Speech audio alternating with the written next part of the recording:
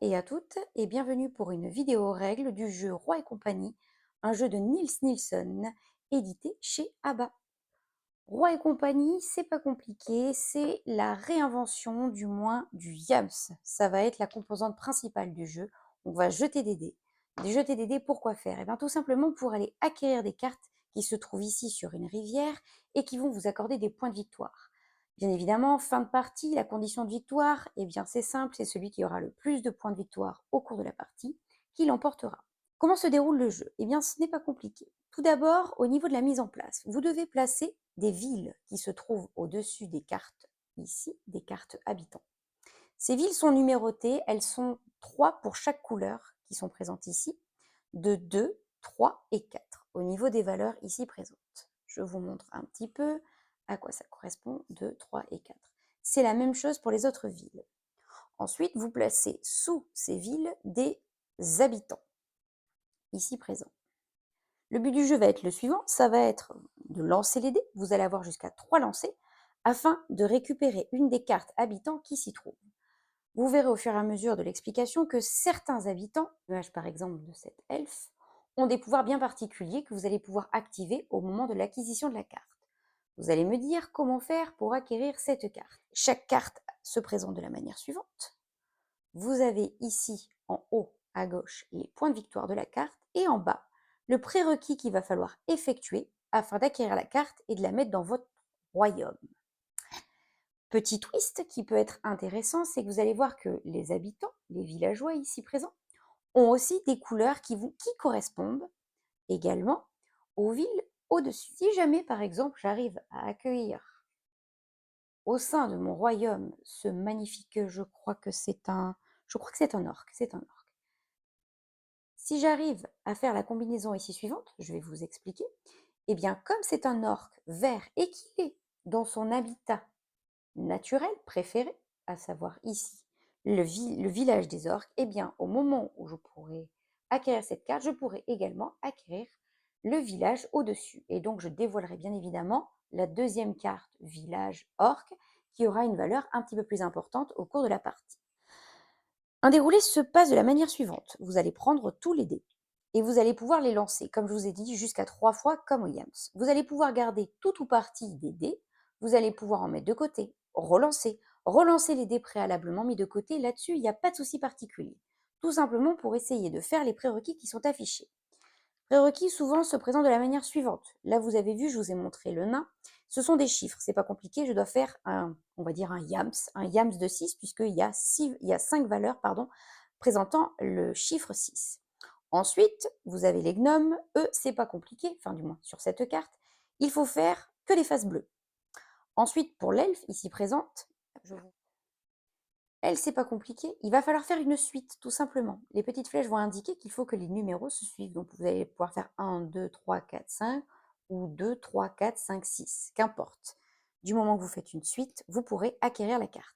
Bien évidemment, si jamais je réussis à faire une suite, je peux acquérir cette carte, mais comme elle n'est pas dans son habitat privilégié, qui se trouve ici, pour le coup, eh bien, je ne pourrai acquérir que cette carte-là.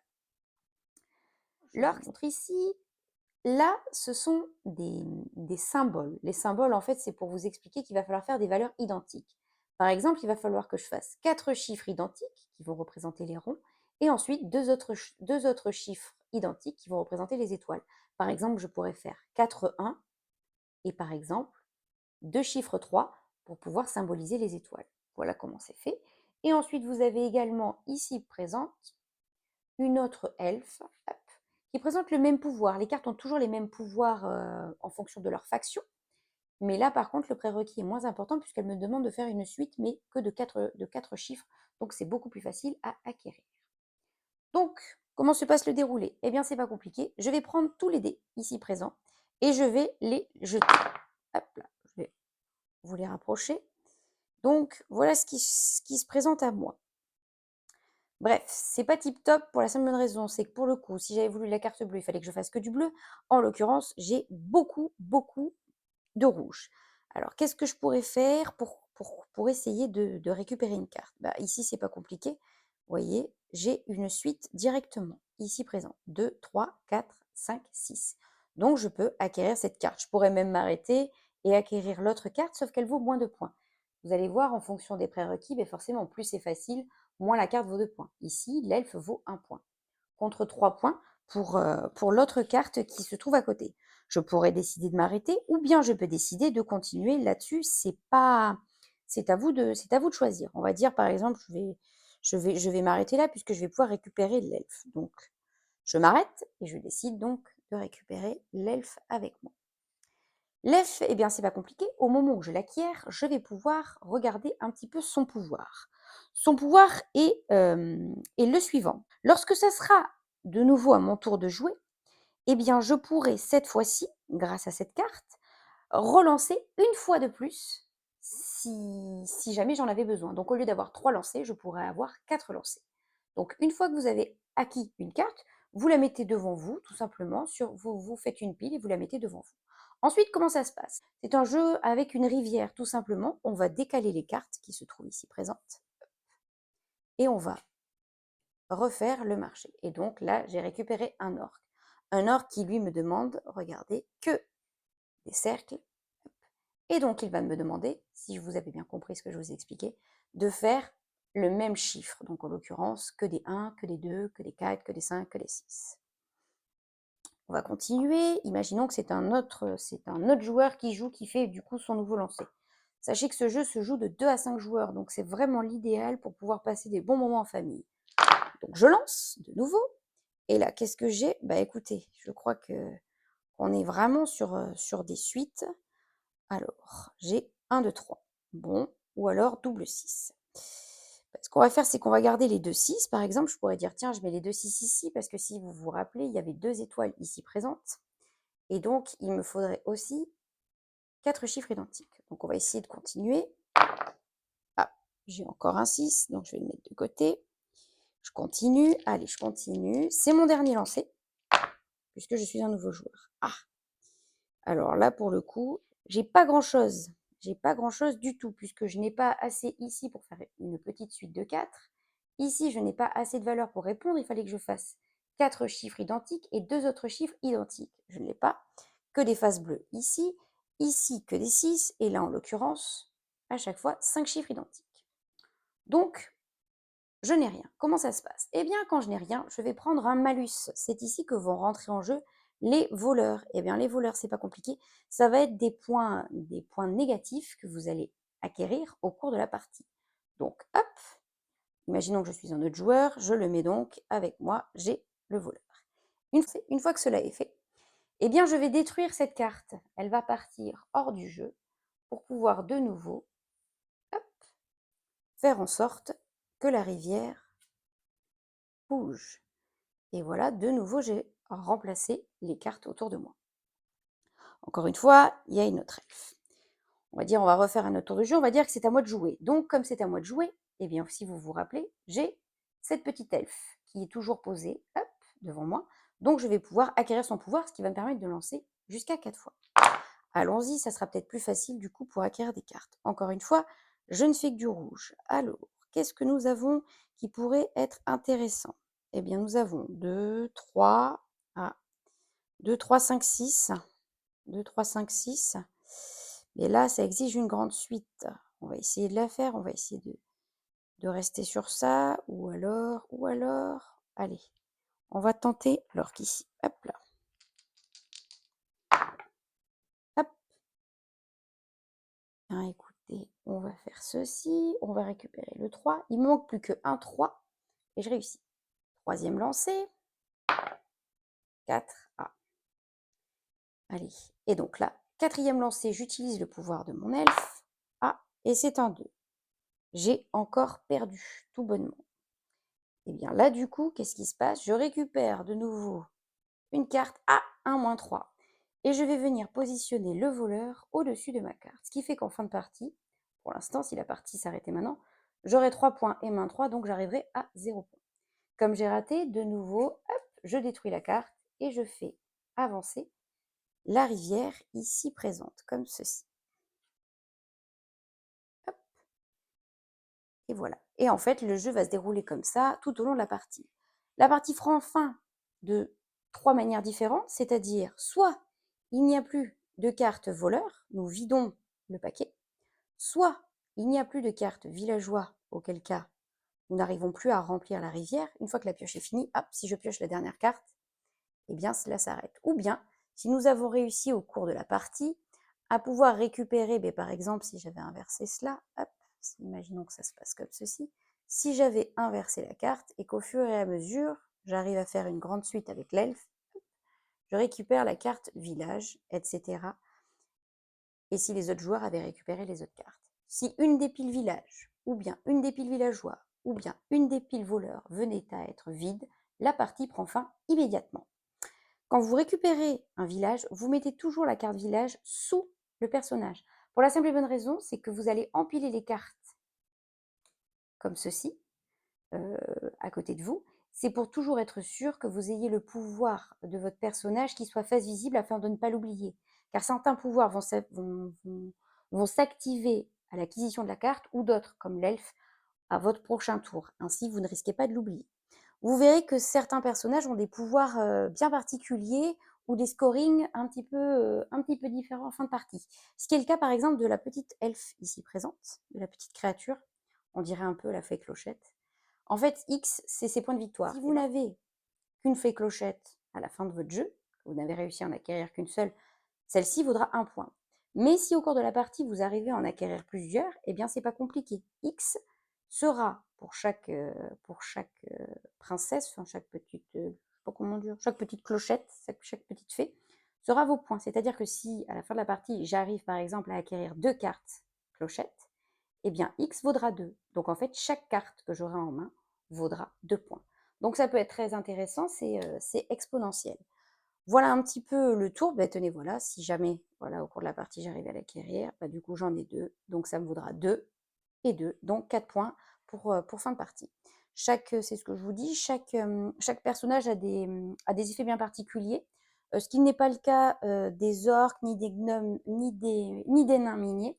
Par contre, vous avez d'autres types de cartes que j'aimerais pouvoir vous présenter. Alors, vous avez celui-ci, il est trop mignon. En fait, celui-ci, vous choisissez la couleur. Ça peut même être au cours de vos lancers de dés, ça peut changer. Vous choisissez la couleur et en fait, il faudra faire que des couleurs identiques. Donc, soit que des verts, soit que des bleus, soit que des rouges. C'est vous qui décidez de la couleur, en fait.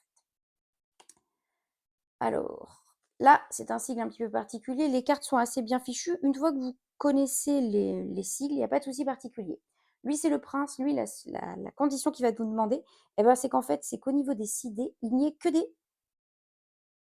des chiffres pairs. Voilà, il faudra que les 6 dés soient des chiffres pairs pour pouvoir remporter cette carte. Uniquement des chiffres pairs. Les chiffres impairs, voilà, c'est pas compliqué. Les chiffres impairs, c'est une petite diagonale, un petit zigzag qui est affiché. Les cartes sont sympas, hein, il y a pas de, au niveau des animations, c'est très mignon. Cette carte est un petit peu particulière. C'est un petit cadeau empoisonné. Voilà. Et on vous dit, en fait, l'objectif, ça va être de faire, avec vos 6 dés, un score qui soit supérieur ou égal à 30. Si jamais c'est le cas, vous récupérez cette carte. Et en fait, cette carte, petite interaction dans le jeu, vous allez faire ce qu'on appelle un cadeau empoisonné à un de vos voisins.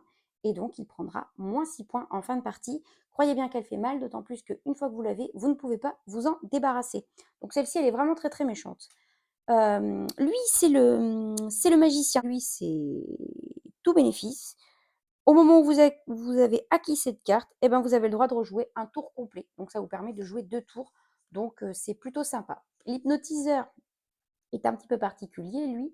Lui, c'est un petit peu l'inverse du dragon. Il va vous demander de faire une somme avec vos 6 dés qui soit inférieure ou égale à 12. Et en plus, l'hypnotiseur, ce qui est assez intéressant, si vous l'avez en début de ligne comme ceci, hop, on va faire un petit peu de nettoyage. Si vous l'avez en début de ligne comme ceci, au moment où vous allez acquérir l'hypnotiseur, imaginons que j'arrive à faire inférieur à 12 ou égal à 12, eh bien, je prends l'hypnotiseur et cette flèche me dit que je prends en plus de ça le personnage qui y est à côté. Donc, je récupère. Imaginons en plus, parce que l'hypnotiseur, il est vraiment très très très fort. Imaginons que ça soit comme ceci. Je vous fais, hop, je décale des cartes pour vous montrer. Imaginons encore une fois que je reprenne mon exemple. J'arrive à faire des valeurs qui soient totalement, on va dire, inférieures à 12. Là-dessus, il n'y a aucun souci. Voilà. Eh bien, je récupère l'hypnotiseur. Je récupère notre ami le gnome Et en plus, comme je récupère le gnome, je récupère en plus de ça le village. Donc là, c'est tout bénéfice pour moi. Et comme je vous l'ai dit, essayez d'y penser, vous mettez toujours votre village en dessous et voilà. Et donc là, le pouvoir de mon hypnotiseur, il est fait, il n'y a pas de souci, il n'y a pas de souci par rapport à ça. Voilà, donc là, c'est vraiment tout bénef. Par contre, si vous aviez l'hypnotiseur et qu'il se trouve à la fin de la ligne carte, là, voilà, ben, du coup, son pouvoir, ben, il ne vous servira pas à grand-chose. Donc, ça peut être intéressant d'aller chercher les cartes au bon moment. C'est le petit côté un petit peu tactique du jeu, hein, il est très facile, hein. C'est beaucoup un jeu d'opportuniste, d'opportunité pardon, et d'opportunisme en fonction de ce que vous allez avoir avec vos dés et d'un petit peu comment le marché va se présenter. C'est généralement ce qui va orienter vos choix. Écoutez, je crois que je vous ai présenté, voilà, donc vous avez plusieurs dragons, hein, les petits malus sont différents, mais les cartes sont plutôt jolies, il y a plein de combinaisons à faire, et je crois que je vous ai présenté pour le coup toutes les cartes du jeu et les aspects du jeu. Voilà un petit peu les différentes cartes que vous pouvez retrouver. Donc voilà, voilà, c'était une petite présentation assez rapide parce qu'en soi, le jeu se joue très bien, le jeu est simple. La règle est bien fichue, elle est en français et en allemand, forcément, avec un éditeur allemand. Mais ça se débrouille enfin, ça se lit très bien. C'est bien exemplifié, il n'y a pas de souci. C'est très court. Ça vous redonne en plus de ça les pouvoirs, les différents pouvoirs des personnages. Donc là-dessus, vous avez pas de, il n'y a pas de souci. Ça vous explique en plus, ça vous montre les phases qu'il faut faire. Donc si vous avez un doute particulier, franchement, la règle est bien faite. Pareil au niveau de l'aspect, franchement, c'est quand même qualitatif. Vous avez des gros dés en bois. Alors à la fois un, un petit avantage et peut-être pour les petites mains un peu fines comme moi ou comme celles des enfants, à mon sens, c'est peut-être un petit peu trop gros, ce qui est un petit peu embêtant pour le brassage des dés. Mais bon, après, rien de bien méchant. Les cartes, pareil, sont épaisses. Là-dessus, il n'y a pas de souci. Pas toilées, c'est peut-être pas tissé, c'est dommage. À la rigueur, le petit défaut que je lui reprocherais, c'est qu'il n'a pas des cartes, tissées toilées. Et c'est vrai que j'ai toujours une petite préférence pour les cartes tissées toilées. Ça les protège plutôt bien. Après, il y a les sleeves, mais bon, c'est pas un jeu qu'on mélange énormément. Voilà, c'est un petit jeu pour moins de 20 euros, dans un univers sympathique. Vraiment, c'est très joliment illustré. Voilà. Après, on aime ou on n'aime pas. Moi, j'aime bien. C'est joli, c'est assez cartoonesque, c'est enfantin. Mais voilà, en même temps, c'est du à bas. C'est exactement la promesse entre guillemets qu'ils nous font généralement de faire des jeux plutôt orientés enfants, mais qui sont assez sympathiques à jouer. En tout cas, celui-ci, moi je sais que j'y joue avec des amis, entre deux verres à l'apéro ou le soir entre deux gros jeux. Enfin, ça passe très bien pour les amateurs de YAM. Ça renouvelle un petit peu le genre. Donc voilà. Et pareil, un autre petit défaut, si on veut vraiment chipoter, c'est le boitage, c'est du 16 par 16. Alors vous allez me dire, ouais, ça va, c'est transportable. Ouais, c'est transportable. Enfin, franchement, on aurait pu faire, très honnêtement, moitié moins. Moitié moins, puisque c'est rempli de vide. On aurait pu faire un boitage moitié moins, les dés seraient rentrés, et ça aurait été encore plus transportable. Voilà. Et en tout cas, pour les illustrations, je ne l'ai pas dit, mais c'est quand même important, c'est Batz, pardon, l'illustrateur de Roi et compagnie. Après, Abba a sorti un autre Roi et compagnie. Si la vidéo règle vous plaît, je pourrais vous présenter l'autre jeu parce que je l'ai. D'ailleurs, c'était le premier que j'avais acheté. Roi et compagnie à la conquête de nouveaux territoires, qui a cette même mécanique-là, hein, de dés là-dessus et d'acquisition de cartes, mais qui va ramener un côté un petit peu, enfin une interaction un petit peu plus poussée parce qu'on va effectivement se battre sur une petite map et comme son nom l'indique, essayer de récupérer le plus de territoire possible, essayer de faire le plus grand groupe de terre à notre couleur. Il est très sympa aussi. Si la vidéo règle de Roi et compagnie vous a plu, je pense que je pourrais en faire une autre pour Roi et compagnie à la conquête de nouveaux territoires. Voilà, c'était la petite présentation de Roi et compagnie. J'espère que ça vous a plu. C'est une première vidéo pour moi. J'espère que ça a été au niveau de la qualité du son, de l'image. Alors moi, je ne suis pas professionnelle, hein. C'est un petit trépied, un petit téléphone, un petit peu de lumière intimiste. J'espère que je vous ai expliqué le plus facilement et le plus pédagogiquement possible le jeu. En même temps, il est pas très compliqué, donc là-dessus, ça devrait aller. Je me suis pas essayé un jeu expert. En tout cas, j'espère que vous avez apprécié. Faites-moi des retours, ce sera avec un grand plaisir. Toute critique est bonne à prendre, qu'elle soit positive ou négative, du moment qu'elle est constructive. Et sur ce, je vous souhaite une bonne journée et puis, beh, j'ai envie de vous dire, continuez de jouer.